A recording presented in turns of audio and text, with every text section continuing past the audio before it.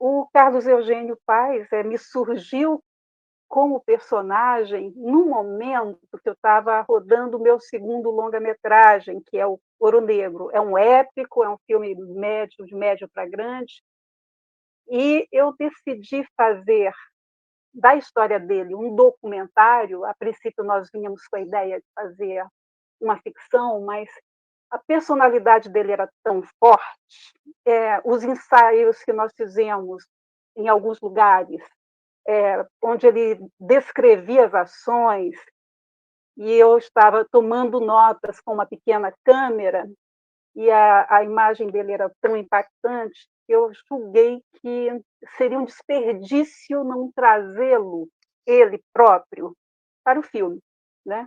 Então, ele tem todas as características necessárias a um bom personagem representativo de sua época. Ele tem originalidade, singularidade e representatividade, né?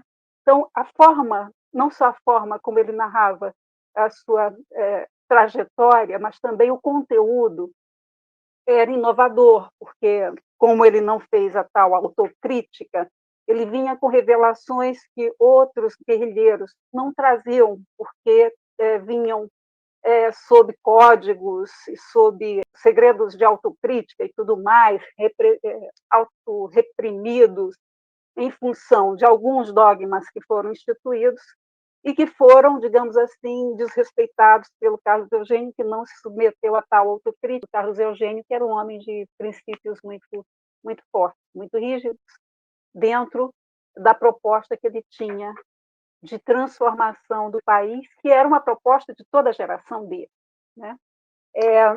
E também, em relação à montagem do filme, a trilha sonora do David Tigel e da Flávia Ventura, que é um casal que já me acompanha desde o primeiro longa-metragem, extremamente talentoso, e eu procurei, junto com eles, inspirada assim, na trilha sonora daquela juventude, e principalmente nas referências que o Carlos Eugênio me deu daquela época. Ele me dizia: Mutantes, ando meio desligado, era a música que trazia muito daquele clima daquela época.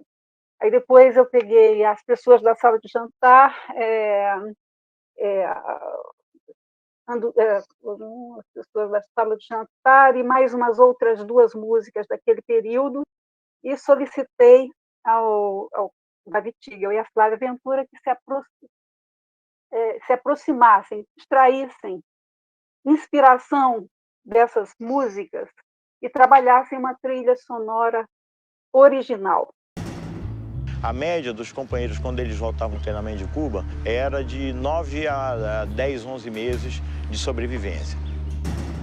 Quando a gente chega aqui, eu falei assim pro Yuri: dá um balão, vamos em cima dos caras. Os caras pegaram a Kombi, atravessaram ela no meio da rua e passaram fogo. Então eu peguei a minha Luger e fui atirando.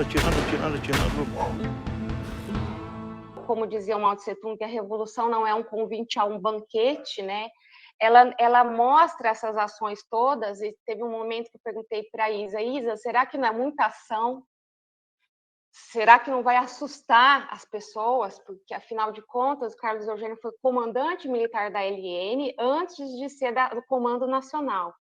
Então, ele fez treinamento no Forte de Copacabana, né? Ele foi até um soldado medalhado pelo Ciseno Sarmento no Forte, né? Ele serviu a 2 exércitos, ao Exército Brasileiro que o formou e ao Exército de Marighella, né? Ele tem essa história muito interessante, né? De servir a 2 exércitos, mas o do coração e o do treinamento.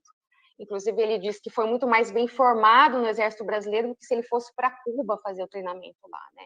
E o Carlos Eugênio foi uma pessoa caçada, extremamente caçada, com cabeça prêmio, e prenderam a Dona Maria, e o Sérgio Paranhos Fleury, o delegado Fleury, fez questão de torturá-la pessoalmente. Todo mundo queria saber do Carlos Eugênio. Depois eu encontrei uma Operação Clemente nos arquivos do DOPS, e eu perguntei a ele, ainda estava vivo, eu perguntei: que operação que é essa? Ele falou assim: é porque as pessoas ficaram, o DOPS, o DOCOD, todo o sistema, aparato da repressão, ficou me procurando ainda há muito tempo, achando que eu estivesse no Brasil, porque minha mãe foi presa e não falou onde eu estava, para se liberar de dor, de pancada, de tortura, de tudo, ela manteve a firmeza. A minha preocupação também foi não fazer um filme só um registro de documentos com a frieza de um analista. Eu queria emoção. Então, era importante que o filme fosse, ao mesmo tempo, cativante. Então, era importante trazer a emoção para a narrativa, a emoção do personagem, a subjetividade do personagem. Porque um filme não é sobre política, um filme é sobre sentimentos. Essa é a base.